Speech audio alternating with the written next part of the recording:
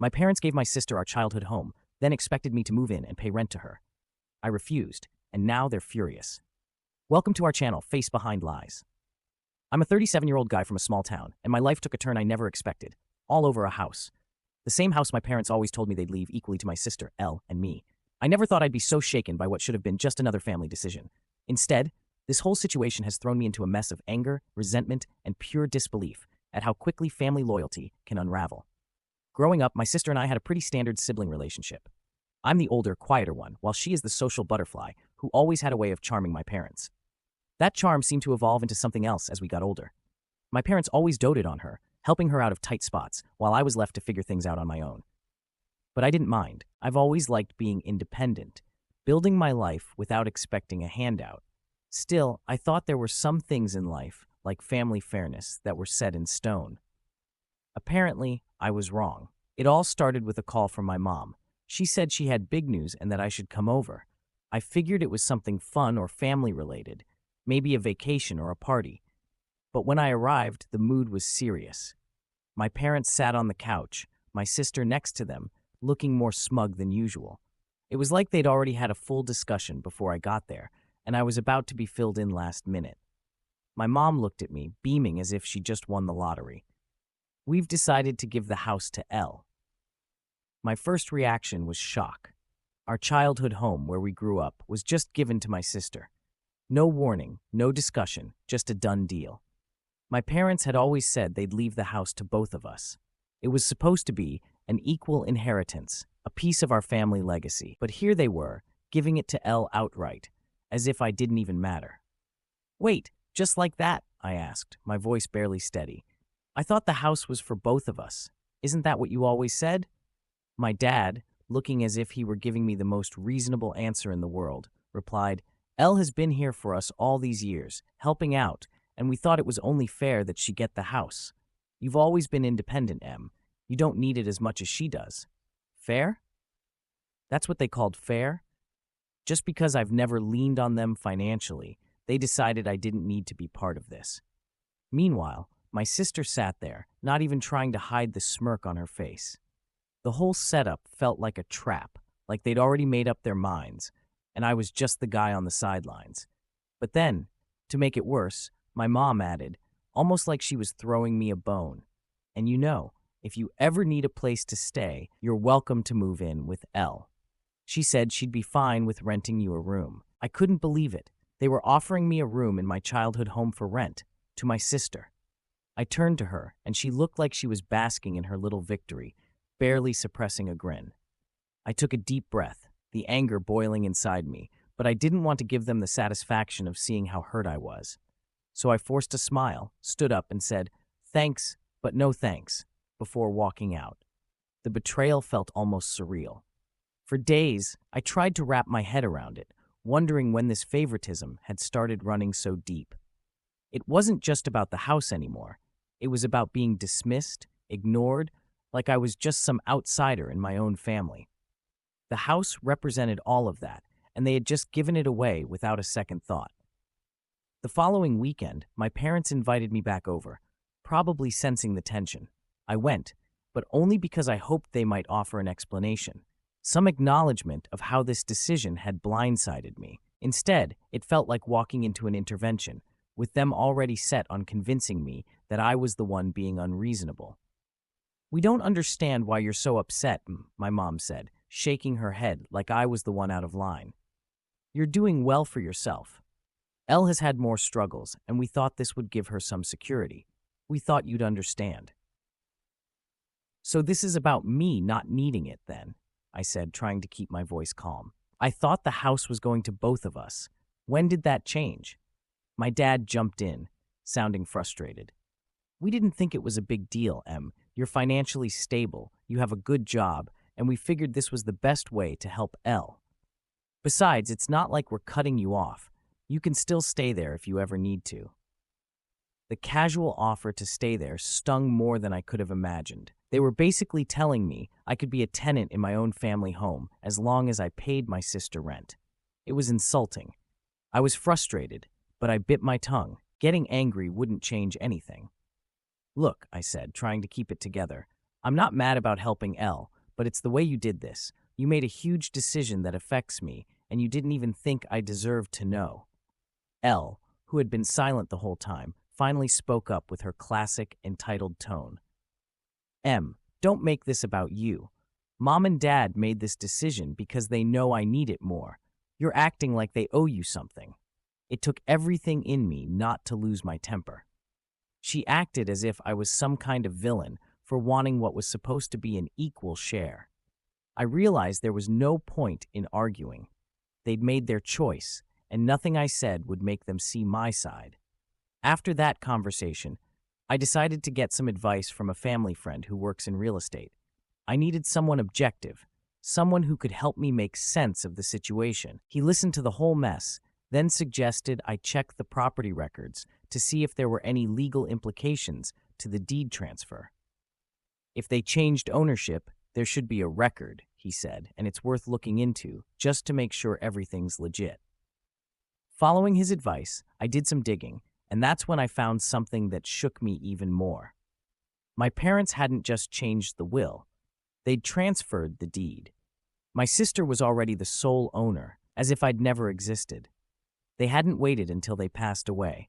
They just handed it over to her, making it clear I was out of the picture completely. Seeing the documents made it all feel even more real. They hadn't even told me, hadn't respected me enough to share what they'd done. It was like I didn't matter, like I was just a footnote in the family. My frustration turned into anger, and I knew I couldn't just let it slide. When I confronted my parents with the deed transfer, they brushed it off like it was no big deal. "You're being dramatic," my dad said, rolling his eyes. "It's just a house." "Just a house?" I repeated, struggling to stay calm. "It's not about the house. It's about you going behind my back, making this decision without me. You didn't think I deserved to know." My mom sighed, looking exhausted. "We did what was best for the family, Em. You have no reason to be angry about this." And that's when I knew they didn't see it, didn't understand the hurt they'd caused. They genuinely believed they'd done the right thing, that their betrayal didn't matter. I left that day feeling numb, like I'd lost something I could never get back. A few weeks later, my friend called with an update. He'd looked deeper into the records and found out my parents hadn't followed the legal steps necessary for the transfer.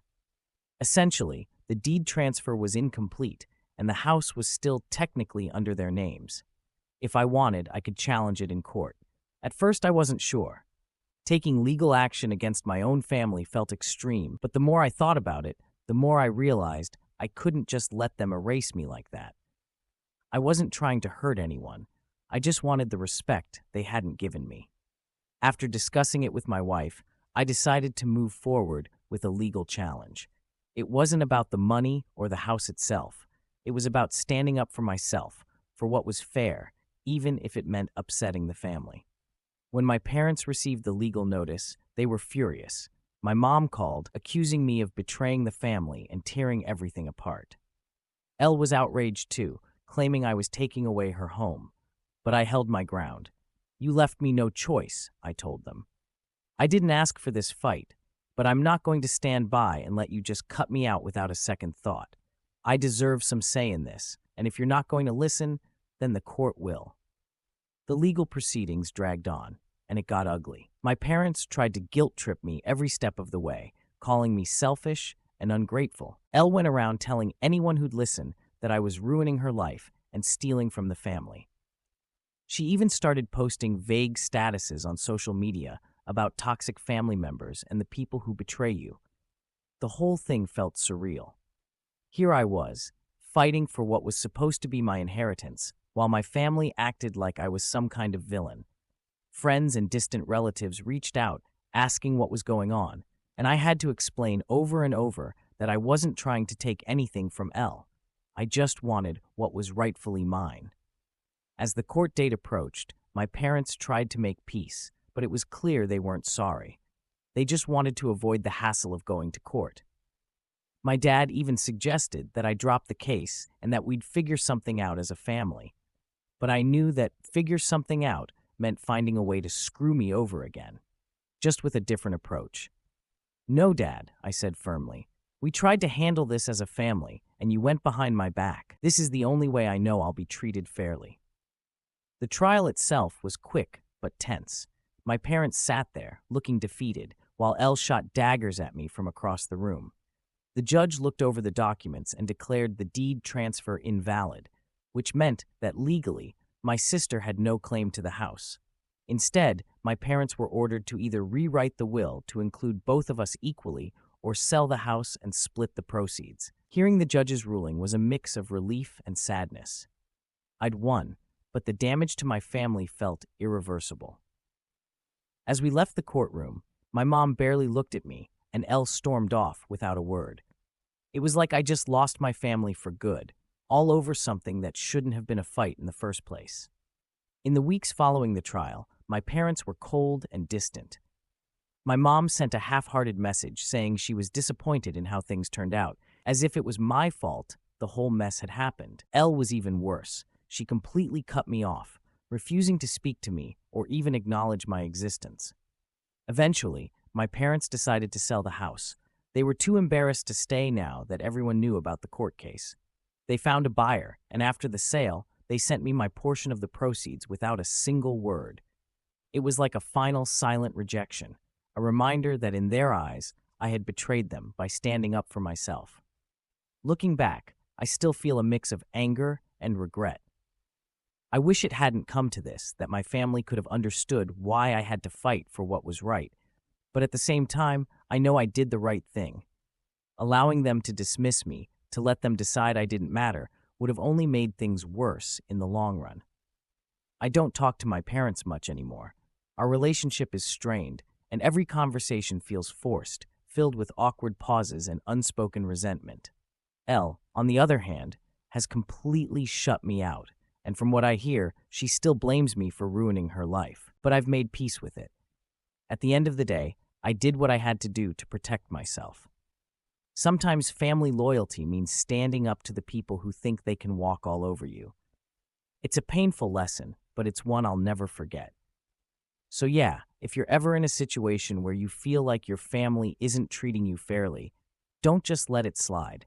Stand up for yourself. They may never understand why, but at least you'll know you did the right thing. And if you're still reading this and wondering how family drama could get so messy, well, stick around and subscribe. There's plenty more where that came from, because if you think you've seen it all, you haven't met my family.